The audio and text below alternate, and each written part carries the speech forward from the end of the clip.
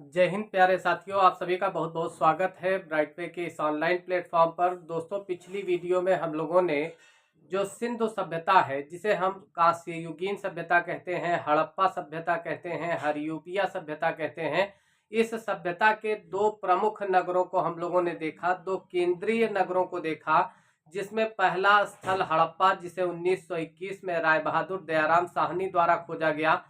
दूसरा स्थल जिसे हम मोहनजोदड़ो कहते हैं, जो कि एक मृतकों का टीला माना जाता था, या फिर इसे प्रेतों का टीला भी कहा जाता है। तो इन दोनों केंद्रीय नगरों के बारे में हम पढ़ चुके हैं। अगर आप चैनल पर नए हैं तो प्लेलिस्ट में जाकर पुरानी वीडियो को देख सकते हैं। इतिहास स्टेप बाय स्टेप आपके लिए दिया जा रहा है, लगातार वीडियो अपलोड की जा रही है और भरसक प्रयत्न किया जा रहा है कि जो भी परीक्षा के लिए उपयोगी लाइनें हैं, उनमें से एक भी लाइन आपके लिए मिस ना होने पाए, छूटने ना पाए। तो चलिए, आज हम लोग, जैसा कि पीछे हेडिंग पड़ी हुई है धौलावीरा, तो आज के इस वीडियो में हम लोग सिंधु सभ्यता के एक अन्य स्थल जिसे धौलावीरा कहा जाता है, उसके बारे में पढ़ेंगे। दोस्तों, धौलावीरा जो है, ये जैसे तीन केंद्रीय नगर थे, हड़प्पा, मोहनजोदड़ो, और तीसरा जो स्थल था वो धौलावीरा था। तो आशा कर रहे हैं कि आप अब तक वीडियो को लाइक कर चुके होंगे। चलिए, आज की इस क्लास को शुरू करते हैं। पहला स्थल जो था हड़प्पा, दूसरा मोहनजोदड़ो, और तीसरा जो है उसे हम लोग क्या कहते हैं, धौलावीरा। धौलावीरा का जो लोकेशन है, इसकी जो स्थिति है, पहली बात तो याद रखना है कि साथियों, ये जो स्थान है ये गुजरात से मिला था। अब कभी कभी सवाल क्या करता है, वो सीधा डिस्ट्रिक्ट नहीं पूछता है, वो सीधा जो है जिले का नाम पूछ लेता है। तो याद रखिएगा, स्टेट तो आपका गुजरात हो जाएगा, यानी गुजरात राज्य से मिला है। लेकिन गुजरात में किस जिले से? तो जिले का नाम है साथियों भचाऊ जिला। क्या नाम है? भचाऊ जिला। तो ये चीज याद रखिएगा कि भचाऊ जिले से भी इस सभ्यता के साक्ष्य मिले हैं। और साथ ही साथ ये एक द्वीप है जिसे कहा जाता है खादिर। क्या कहते हैं? खादिर द्वीप।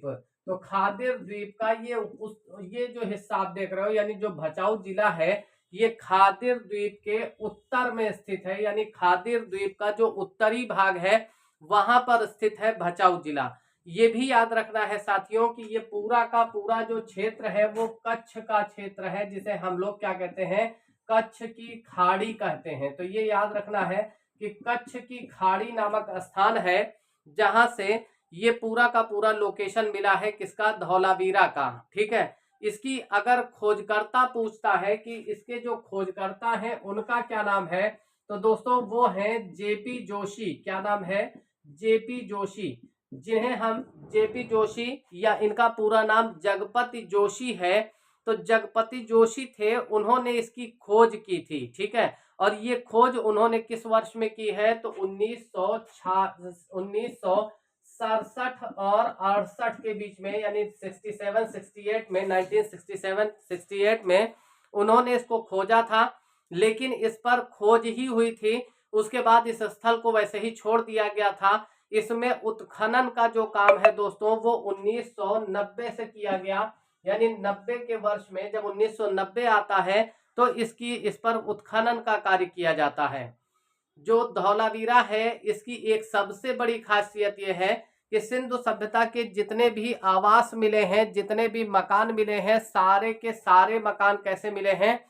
ये दो भागों में बटे थे, यानी पूर्वी टीला और पश्चिमी टीला। लेकिन जो जिसे हम कहते हैं धौलावीरा, ये तीन टीलों में बटा हुआ था। यानी पहला तो था जिसे हम पूर्वी टीला कह सकते हैं, दूसरा था जिसे पश्चिमी टीला कह सकते हैं, तीसरा था जो इन पूर्वी और पश्चिमी के बीच में मिला, यानी जिसे कहा जाता है मध्यमा टीला।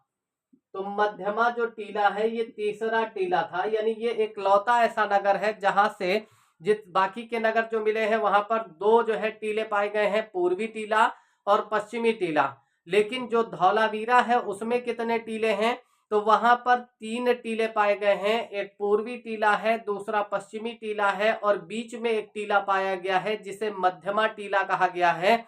इस मध्यमा टीला, यानी पश्चिमी टीले और मध्यमा टीले के बीच में, अब सपोज कीजिए ये पश्चिमी है और ये मध्यमा है, इसके बीच में एक स्टेडियम पाया गया है। तो ये भी याद रखना है कि स्टेडियम के साक्ष्य सवाल करेगा कि किस स्थान से पाए गए हैं, तो पश्चिमी टीला और मध्यमा टीला के बीच में एक स्टेडियम पाया गया है। यानी सिंधु सभ्यता इतना ज्यादा कह सकते हैं नियोजित थी, इतना ज्यादा आगे बढ़ी हुई सभ्यता थी, विश्व की सबसे ज्यादा विकसित सभ्यताओं में इसका नाम दिया जाता है।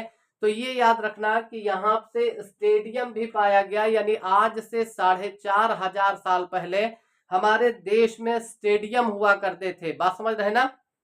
इसी तरह से अगला इसके बारे में एक विशेष बात और आपको बता दें कि यहाँ से बाकायदा एक नेम प्लेट प्राप्त हुई है। नेम प्लेट का मतलब क्या होता है, जैसे हम लोगों में देखिए कोई डॉक्टर है, कोई अधिवक्ता है, कोई अध्यापक है, तो वो अपना नाम लिखा देता है, नेम प्लेट बनवाता है और उस नेम प्लेट को घर पर लगाया जाता है।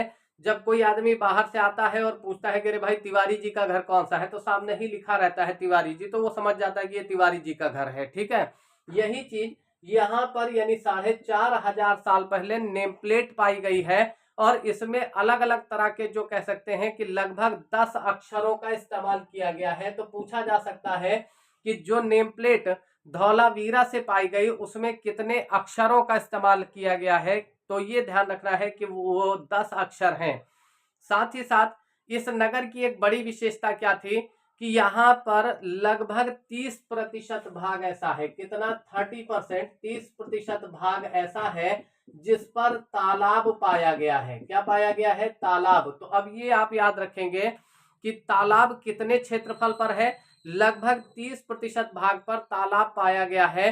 और शहरों में नालियां बनी हैं, जब पानी गिरता है, बरसात का पानी गिरता है तो वो पानी नाली में आता है और नालियां क्या करती हैं, उसको बड़े नालों में ले जाती हैं और वो नाले आगे जाकर तालाब में गिर जाते हैं। जब पानी स्टोर हो जाता था तो उसे नहरों के माध्यम से निकाल दिया जाता था बाहर। यहाँ से 2 नहर भी मिली हैं, यानी 2 नहरों के साक्ष्य पाए गए हैं।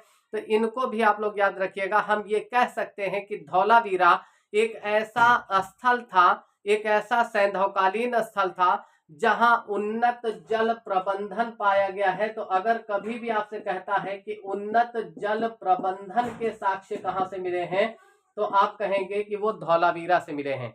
दोस्तों, आशा कर रहे हैं कि धौलावीरा की ये वीडियो आपको बहुत पसंद आई होगी। वीडियो को ज्यादा से ज्यादा दोस्तों में शेयर करें।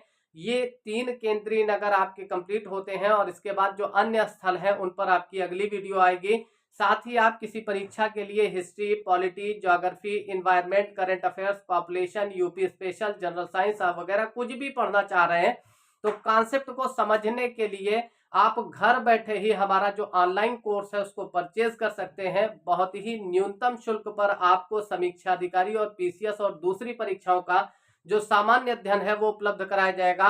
अगर आप संपर्क करना चाहते हैं तो हमारा ये नंबर है जिस पर आप हमसे संपर्क कर सकते हैं, यानी 72 75 12 90 52। तो दोस्तों, अगली वीडियो में मिलते हैं, तब तक के लिए नमस्कार। जय हिंद, जय भारत।